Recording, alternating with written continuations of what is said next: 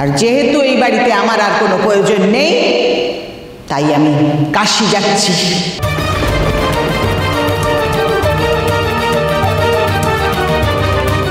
এই বসু মল্লিক ভবনে আমি আর কোনোদিন ফিরব না।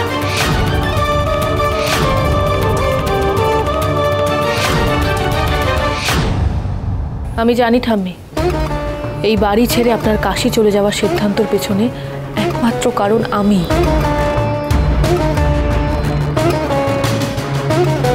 তুমি তো বাইরের মেয়ে, দুদিন হলো এই বাড়িতে এসেছো। তোমার জন্য আমি এত বড় এত কঠোর একটা সিদ্ধান্ত নেব কেন শুনি? যারা এত বছর আমার সাথে এক ছাদের তলায় থেকেছে, আমার প্রিয়জনেরা, আমার আপনজনেরা, তাদের কাছে আমি এখন পর হয়ে গেছি। ঠাম্মি, আমার কথা পুরিয়েছে, সাথে সাথে আমার প্রয়োজনও ফুরিয়েছে। আমি আর এক মুহূর্ত এই বাড়িতে থাকবো না।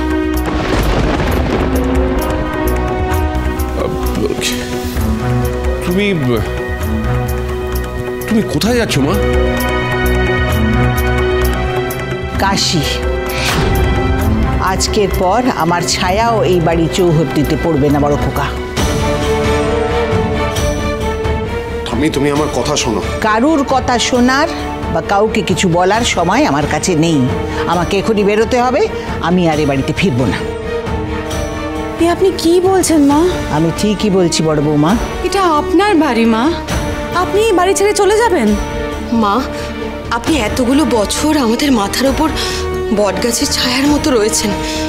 এই বাড়ির প্রত্যেকটা ইট আপনার নিজের পছন্দে গড়া। মা, এই বাড়িতে একটা পাতাও নড়ে না আপনার আদেশ ছাড়া। আপনি যদি চলে যান তাহলে আমাদের কি হবে মা? বহাল তবিয়তে থাকবে তোমরা, আর তোমরা তো এখন নিজেদের সিদ্ধান্ত নিজেই নিতে পারো। আর তাছাড়া কি ঠাম্মি? এই পরিবারের গায়ে কলঙ্কের দাগ লেগেছে। আমি এই পরিবারকে রক্ষা করতে পারিনি। যে নাতিকে আমি বুকে আগলে বড় করেছি, সেই নাতি আজ আমাকে ঠকিয়েছে। তার কাছে আমার সংস্কার, আমার আদেশ, আমার শিক্ষার কোনো মূল্যই তো নেই। ঠাম্মি, তুমি ভুল বুঝছো।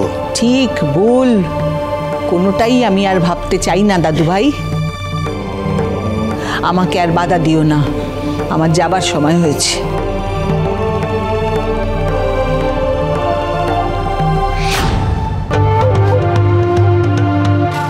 ঠাম্মির বাড়ি থেকে বেরিয়ে যাওয়াটা কেউ মেনে নিতে পারবে না, তাই ঠাম্মির জায়গায় বেরোতে হবে দিদিভাইকে। ঠাম্মি চলো, আমি ব্যাগটা দিয়ে আসছি তোমার, চলো।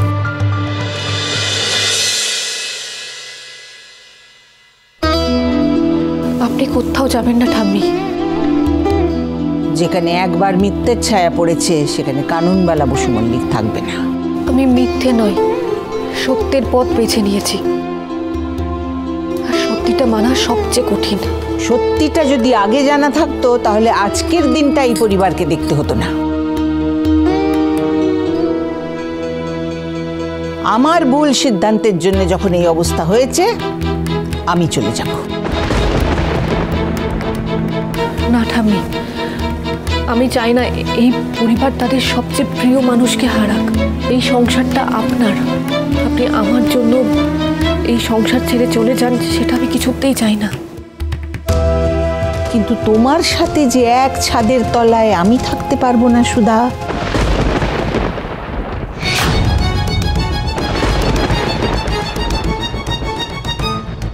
ঠাম্মি, আপনি যদি আমাকে এই বাড়ি থেকে চলে যেতে বলেন, তাহলে আমি এই বাড়ি থেকে চলে যাব।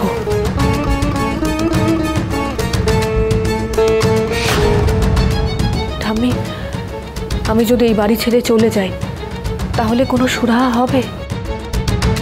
এই বাড়ির সম্মান বাড়বে তো?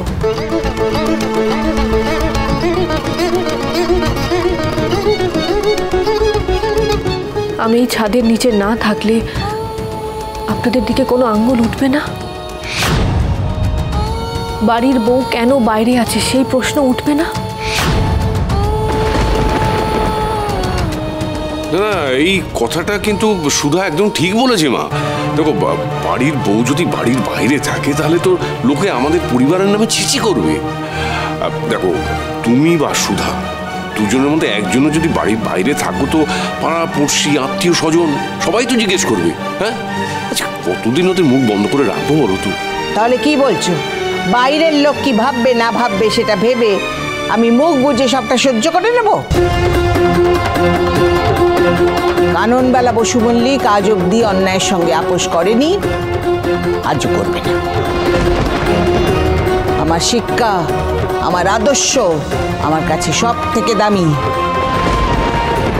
তাই আজও এই মেয়েকে মেনে নিয়ে আপোষ আমি করতে পারবো না। বেশ তো, তাহলে আপনি আমার শাস্তি দিন ঠাম্মি। আপনি আমাকে যা শাস্তি দেবেন আমি মাথা পেতে নেব। কথাটা ভেবে বলছো তো? হ্যাঁ ঠাম্মি।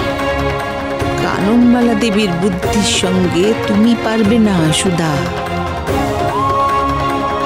এবার আর চোখের জল ফেলে নয় ঠাম্মি, বুদ্ধি দিয়ে এই পরিবারের জায়গা করবে এই সুধা।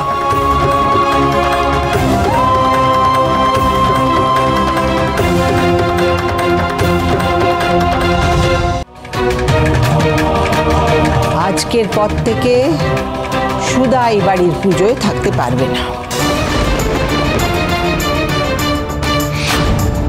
কোনো রকম কোনো অংশ গ্রহণ করতে পারবে না এই বাড়ির পুজোতে।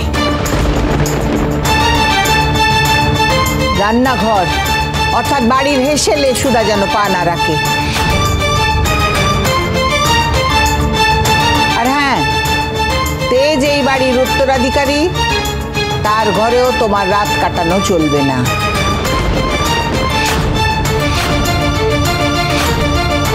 এমনকি এই পরিবারের অন্য কোনো সদস্যের সাথেও তার ঘরে থাকবে না।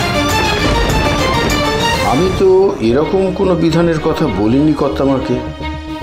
মা, এতদিন তো সুধা নিষ্ঠা ভরে এ বাড়ির সব নিয়ম পালন করে এসছে, আর ওই মেয়ে এই বাড়িতে আসার পর থেকে যা যা করেছে সেটা ওর কর্তব্য ছিল।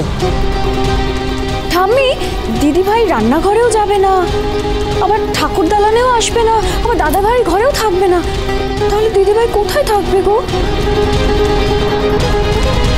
তোমাকে যতদিন না এই বাড়ির বাইরে বের করতে পারছি ততদিন আমার শান্তি নেই দিদিভাই। এসব উনি কি বলছেন ঠাম্মি? এসব কোন শাস্ত্রে লেখা আছে? তোমার পক্ষে নিশ্চয়ই সব জানা সম্ভব নয় দাদু ভাই, তাই ঠাকুর মশাই যা বলছেন সুধাকে তা করতে হবে। কিন্তু সুধা তো এতদিন আমার ঘরেই ছিলেন। এতদিন আমরা এসব কিছুই জানতাম না, আর এখন সব জেনে ওই মেয়েকে আমি সারা বাড়ি কলঙ্কিত করতে দিতে পারবো না। শাস্ত্র চর্চা করা ঠাকুর মশাইয়ের কাজ, ওটা ওনার উপরেই ছেড়ে দাও।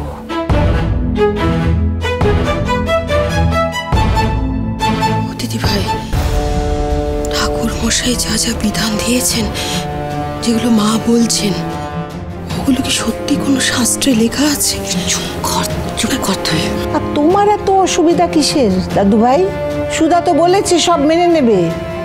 কি সুধা পারবে না?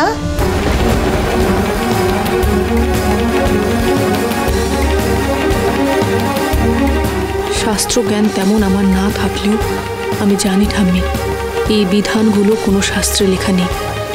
তবু আমি এই বিধান মানছি, কারণ আমি বুদ্ধি দিয়ে আপনার এই কড়া নিয়মের বেড়াজাল ভাঙতে চাই ঠাম্মি।